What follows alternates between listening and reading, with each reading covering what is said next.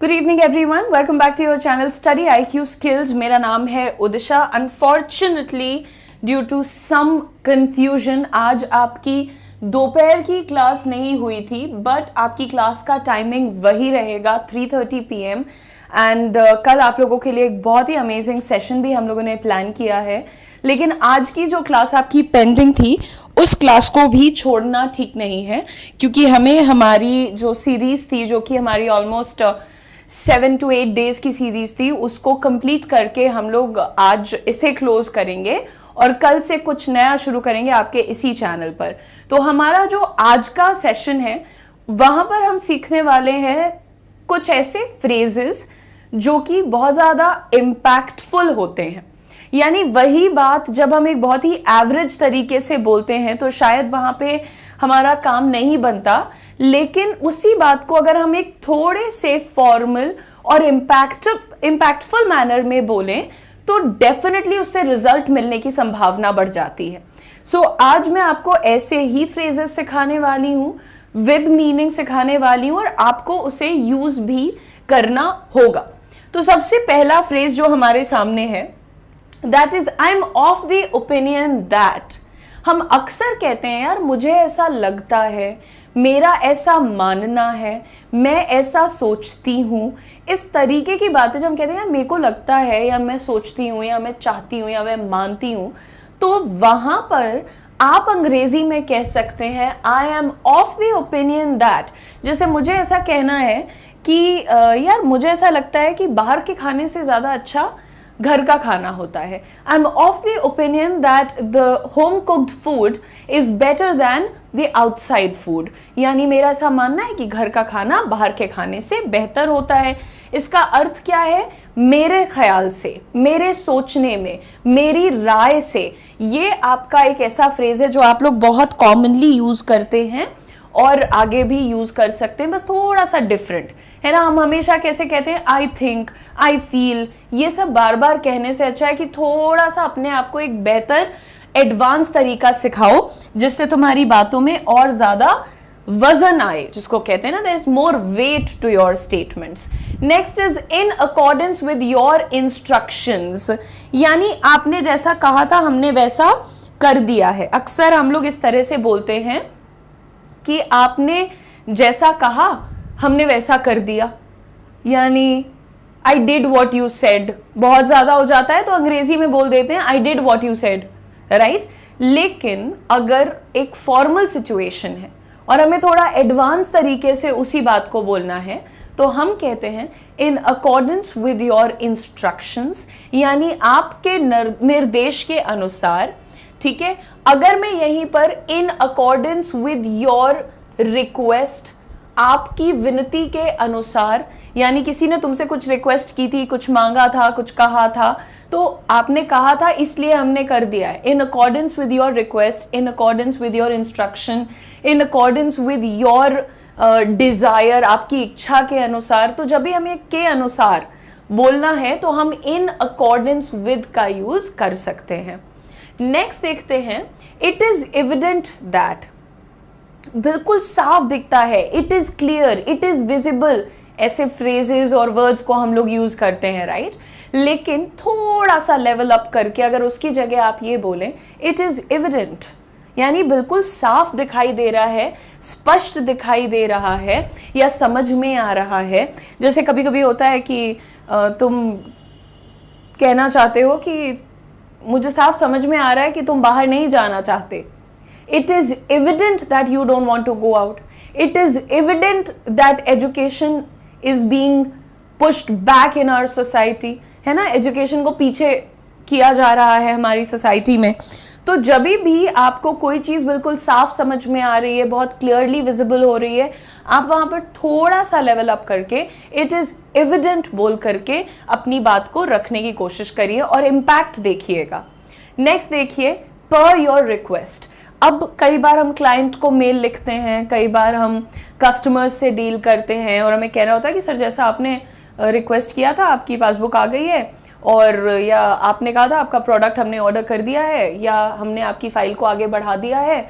तो जो भी तुम्हारा स्टेटमेंट है, अब तुम्हें पहले क्या बोलना है कि जैसा आपने कहा था, जैसी आपकी रिक्वेस्ट थी, हमने क्या बोला है, पर योर रिक्वेस्ट, आपकी विनती के अनुसार, राइट। तो आपकी विनती पर, हिंदी में कहते हैं ना पर, वो वाला पर। सो आपकी विनती पर या आपके रिक्वेस्ट करने पर मैंने आपकी फाइल आगे बढ़ा दी है। Per your request I have moved the file ahead, I have transferred the file ahead. तो ये छोटे छोटे बदलाव आपको थोड़ा सा नया कुछ सीखने को देंगे। आई एम सो सॉरी, यहाँ एनिमेशन लगाना मैं भूल गई हूँ। इनफैक्ट आगे की सारी स्लाइड्स में भूल गई होंगी, जो मुझे अब समझ में आ रहा है। अच्छा, कई बार ऐसा होता है कि कुछ बातें हम लोगों को, हमें लगता है कि अंडरस्टूड है, यार ये तो तुम्हें पता ही है, इसे कौन सा कहने की ज़रूरत है, इसमें क्या कहने की बात है ना। अब मान लो तुम अपने घर वालों के सामने बोलते हो कि मैं शादी कर रहा हूँ, तो अंडरस्टूड है ना कि वो लोग इनवाइटेड हैं। या चलो तुम कहते हो मेरा बर्थडे है, अंडरस्टूड है ना कि वो लोग तुम्हारे बर्थडे में इनवाइटेड हैं, इसमें कोई कहने की तो बात है नहीं। तो कभी कभी कोई भी बात ना बड़ी ऑब्वियस होती है कि तुम्हें उसे कहने की ज़रूरत नहीं है, तो अंग्रेजी में फिर आप कहते हैं it goes without saying, it goes without saying that all of you are invited, है ना। अगर आप अपने घर में अपना बर्थडे बता रहे हैं तो आप अंग्रेजी में कहते हैं it goes without saying that all of you are invited, इसे कहने की आवश्यकता नहीं है, ठीक है। अब कभी कभी ऐसा होता है कि यार प्लान तो था बाहर जाने का, बट अब पापा गुस्सा हो गए हैं, अब तो नहीं जा सकते हैं, राइट। तो यानी मौजूद की जो स्थिति है, वर्तमान की जो परिस्थिति है, इसको देखते हुए अब बाहर नहीं जा सकते, right. In light of the present circumstances we can not go out, यानी ये जो चीज़ें हो रही हैं इनको देखते हुए, इनको नज़र में रखते हुए, तो जब भी तुम ऐसा कहना चाहते हो ना कि यार ये सब देखते हुए मैं नहीं कर पाऊंगा, या ये सब देखते हुए मैं करना चाहिए, मान लो मुझे ये कहना है in light of the state of the children of our country we need to support education to all the stratas, यानी हमारे देश के बच्चों की हालत को देखते हुए हमें शिक्षा को भारत के हर स्ट्रैटा में पहुंचाना चाहिए या उसके लिए सपोर्ट करना चाहिए। नेक्स्ट देखिए, मेरा ये मानना है, मेरा ये सोचना है, मेरा ये मानना है, हम अंग्रेजी में कहते हैं I am inclined to believe that, है ना। मेरा ये मानना है कि जितना ज़्यादा हम एजुकेशन में ध्यान देते हैं उतना बेहतर हम एक समाज बनाते हैं। सो I am inclined to believe the more we invest in education, the better society we are able to create, right? तो ये कुछ ऐसे phrases हैं जो तुम commonly लोगों से नहीं सुनोगे, तुम उन्हीं से सुनोगे जो अच्छी अंग्रेजी बोलते हैं। तो अगर आप भी अच्छी अंग्रेजी बोलते हैं, बोलना चाहते हैं, तो तुरंत इनको अपने यूज में ले आना शुरू करिए। नेक्स्ट, यार ये बात ध्यान रखना जरूरी है, it is imperative to note that, ये ध्यान रखना जरूरी है कि एजुकेशन के नाम पे करप्शन ना होने पाए। It is imperative to note that India is prone to corruption, so in the name of education there should be no corruption, है ना। भारत देश में करप्शन होना बड़ा आसान है, सरकार तो पैसे देती है, लेकिन वो कितने मल्टीपल लेवल्स में वो पैसे बंटते हैं और फिर वो कहां से कहां जाते हैं वो पता नहीं चल पाता, correct. So it is imperative to note, ये ध्यान देने की बात है या ध्यान में रखने की बात है, और आगे जो भी तुम कहना चाहते हो वो तुम लगा सकते हो। मैंने आपको एग्जाम्पल दिया है। The next set of phrases and the last ones are these, जब भी हम कभी कभी कहना चाहते हैं कोई ऐसी बात जो हमें लगता है कि सामने वाले को बुरी लग सकती है या किसी को हर्ट कर सकती है, तो वहां पर हम कहते हैं कि विद ऑल ड्यू रिस्पेक्ट, यानी मैं ये बात बहुत सम्मान से कह रही हूँ, तो आप बुरा मत मानिएगा, आगे जो भी कहना है उसके पहले बस इतना लगा दो, विद ऑल ड्यू रिस्पेक्ट, ठीक है। मान लो कोई तुम्हारी कुर्सी पे बैठा है, अब अगर तुम जाके ये बोलोगे get up from my chair, तो उसको बुरा लग सकता है ना कि कुर्सी से खड़े हो जाओ, उसको बुरा लग सकता है। तो इंस्टेड दैट अगर आप बोलेंगे with all due respect, can you please move from my chair, क्या आप कृपया मेरी कुर्सी से हट सकते हैं। तो जब आप पोलाइटली बात करते हैं तो आपके लड़ाई झगड़े डिस्प्यूट ये सारी चीज़ें एलिमिनेट होती हैं, साथ ही साथ ऑफ कोर्स अच्छी बॉन्डिंग और अच्छी नेटवर्किंग हो पाती है। नेक्स्ट देखिए, it stands to reason that, जब भी हमें कोई बात कहनी होती कि यार यही लॉजिकल है, मतलब ये अंडरस्टैंडेबल है, लॉजिक यही कहता है। तो एग्जाम्पल देखो, अगर 10 बच्चे एग्जाम की तैयारी कर रहे हैं और सिर्फ 2 बच्चों के पास किताबें हैं, तो कॉमन सेंस है, लॉजिकल है कि 2 बच्चे पास होंगे। Excuse me. ठीक है, तो मैं क्या कह रही थी आपको, जब कोई भी चीज बिल्कुल हम कहते हैं नहीं कॉमन सेंस की बात है, ये तो समझ ही सकते हो, तो वहां पर हम ये फ्रेज यूज करते हैं, it stands to reason that. Now अब सेम सेंटेंस जो मैंने तुम्हें बोला अभी कि if 10 children are preparing for examination and only 2 of them have a book और 2 ऑफ देम हैव बुक्स, और सिर्फ दो के पास किताब है, it stands to reason that only those 2 are going to pass. तो फिर तो लॉजिकल है ना कि खाली वही 2 पास होंगे। तो जब तुम लॉजिकल बात करने चलते हो तो तुम इस फ्रेज को बहुत कॉमनली यूज कर सकते हो। नेक्स्ट देखते हैं, यार ध्यान से सोचने के बाद मुझे नहीं लगता कि तुम लोगों के लिए इंग्लिश टफ है। ठीक है, इसी बात को इंग्लिश में मैं कैसे बोलूंगी, upon careful consideration I think you English is not tough for you. I am of the opinion that English is not tough for you.